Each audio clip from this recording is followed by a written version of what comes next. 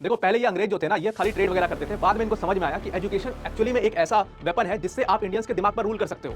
इनको जब ये समझ आया तो 1813 में चार्टर एक्ट में आपने देखोगे कि पहली बार इन्होंने एजुकेशन की तरफ कोई कदम लिया। 1 लाख रुपए इन्होंने एजुकेशन में डेडिकेट किया इन अंग्रेजों ने। उसके बाद जब लॉर्ड मैकाउले आया 1834 में, उसने हमारा पूरा इंडिया के एजुकेशन सिस्टम का कबाड़ा करके रख दिया। कैसे कबाड़ा किया उसको ये समझ में आ गया, क्योंकि उसका वो मेंबर ऑफ पार्लियामेंट था, तो वहां पर उसकी स्पीच में ये चीज थी कि अगर आपको इंडियंस पर कब्जा करना है तो उनके एजुकेशन सिस्टम को बर्बाद करना पड़ेगा, उनके जो सेल्फ स्टीम है उसको तोड़ना पड़ेगा, तभी आप उन पर रूल कर पाओगे। तो इसने 1835 में इंग्लिश एजुकेशन पॉलिसी लेकर के आई, जिसके तहत इसका ये मानना था कि जो संस्कृत लिटरेचर, जो अरेबिक लिटरेचर है, जो पर्शियन लिटरेचर है, सब बकवास है और इसको हटा देना चाहिए और इसकी जगह पर स्कूल्स में इंग्लिश पढ़ाया जाना चाहिए। और वहीं से ये इंग्लिश लैंग्वेज प्रिवेलेंट हुई, आज के समय पर हमारी नेसेसिटी बन गई है। इसकी बहुत सारी थ्योरीज थी। एक थ्योरी इसकी ये थी कि आपको इंग्लिश पूरे समाज को नहीं पढ़ाना है, इनकी सोसाइटी का जो अपर क्लास है सिर्फ आप इसको इंग्लिश पढ़ा दो या सिर्फ इसको अपनी नॉलेज दे दो, ये वही नॉलेज को नीचे वाले को, सारे क्लासेस को पढ़ा देगा सेम चीज। तो इसको कहते थे डाउन फिल्ट्रेशन थ्योरी। ये भी मैकाउले की डाउन फिल्ट्रेशन थ्योरी बहुत ज्यादा फेमस थी और इन्हीं सब इसकी थ्योरीज ने इंडिया के एजुकेशन सिस्टम का कबाड़ा कर दिया, गुरुकुल सिस्टम को खत्म करके रख दिया।